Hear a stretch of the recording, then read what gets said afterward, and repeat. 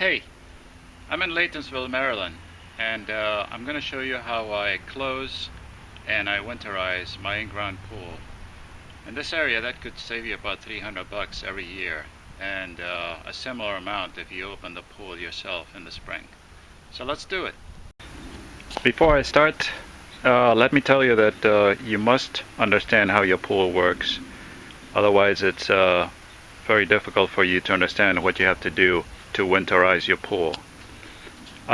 This is the business end of my pool. This is where all the pumps and filtering equipment are.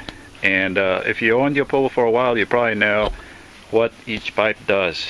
In my case here, I have two pipes, this one and this one, that come in. One comes from the skimmers, one comes from the bottom of the pool, and they join together and they go to the pump. The pump is what moves the water around. It pulls the water from the pool and through the filter and back to the pool. This is a new, very efficient pump that we bought this summer. Highly recommended. It really cut our energy bills a lot. Anyway, all this gets pumped through this pipe into the sand filter, which is this big monster you see here.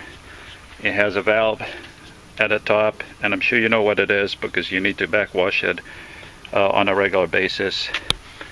Then after it goes through the filter, in my case, it goes to this gizmo here, which is a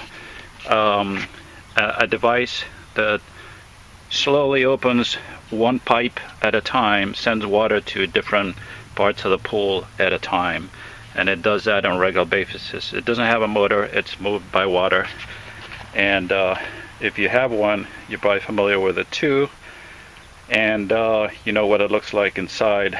They don't make them anymore, they don't use them. If your pool is less than 20 years old, chances are all these pipes will have valves that you can shut off each section of the pool at a time. So as a disclaimer, let me tell you that if you don't understand how to do this, you probably shouldn't do it. The way that I learned was 4 years ago when we bought this house with a pool.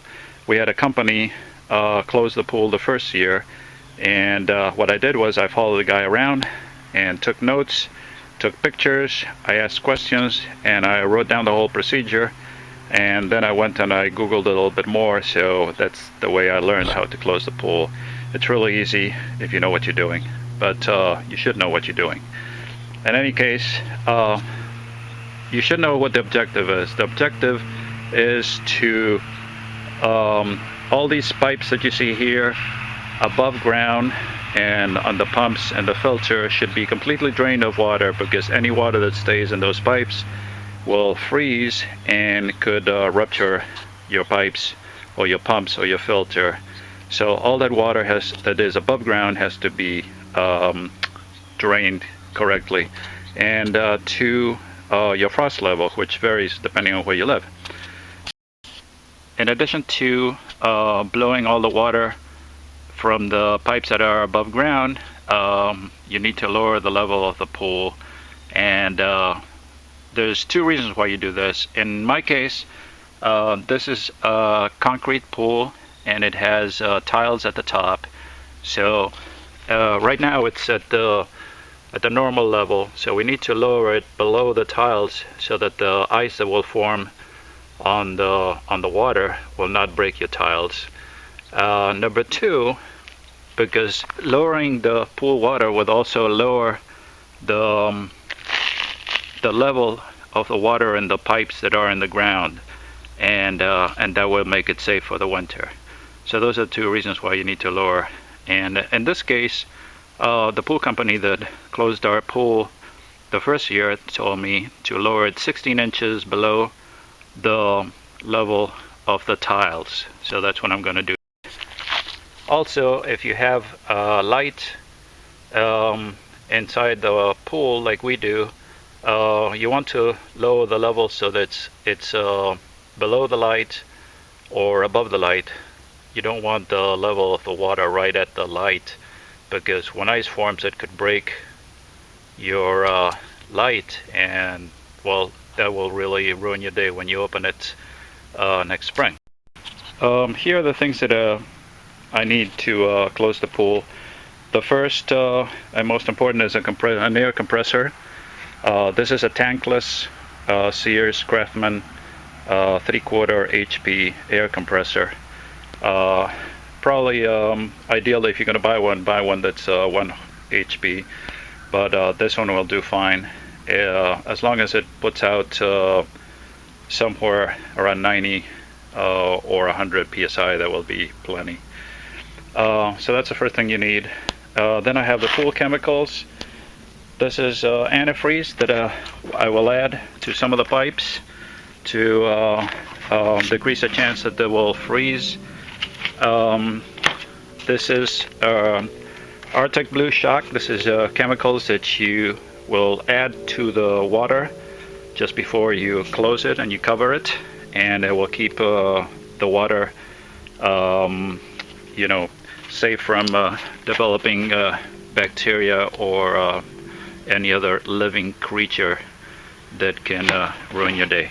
And this is a silk winter floater. It's a ball with chemicals that you add. You just drop it in the water, and it will float there all winter long, slowly releasing winter chemicals, keeping the water safe. Pair of rubber gloves. You will need some of these plugs. They come in various sizes. The way I learned is, well, they have to be snug. So if you have a pool, you probably have a basket with them somewhere. And different pipes will take different plugs. So you need to know they have a number. This is a number 8. This is a number 12. As you see, the bigger the number, the bigger the plug. This is a conical plug, and it fits in various different pipes. And you probably, if you're going to buy them, you want to get the one that has they're all metal, because the ones that have plastic tend to break with time. What else do I have here? You need a few tools. There's a pliers, a couple of screwdrivers, things like that. That's all you need, really.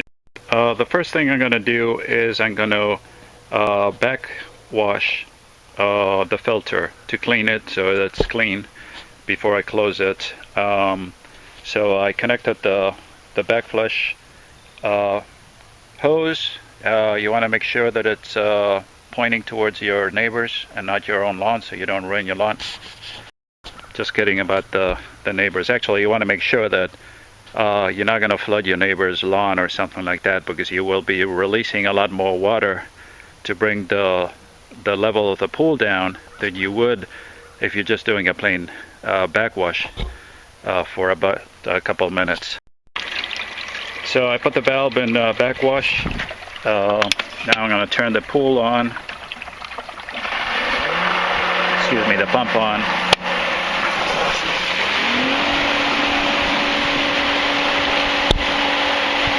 And I will backflush the filter for a couple minutes. Now that I backwashed the filter, I'm going to turn this 6-way valve to waste and start lowering the pool level, the water level. And when this thing is in waste, the water will come through the pump. It will come into the valve. It will bypass the filter, and it will go directly down the hose to the end of the hose. So for me, it's the fastest way to lower the pool level.